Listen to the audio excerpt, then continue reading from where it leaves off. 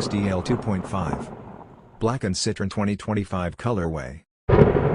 Late 2024 and early 2025 will see the start of the first ever Nike Air Max DL 2.5 retro run, which follows a COMME GARÇONS collaboration. Images from the official shop have revealed the original black AMD Citron colorway, which was first hinted at during this summer's SNKRS Showcase live product introduction. The black-dominated design, which dates directly from the late 2000s, has electric Citron mesh running over the wavy side profile. Above, there is a black and silver material with cutout windows to allow the brilliant accent hue to show through. For cohesiveness, the midsole is also coated black and features Citron inside the full-length air cushioning.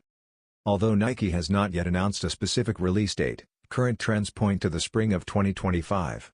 If these are on your wish list, the MSRP is $180 US.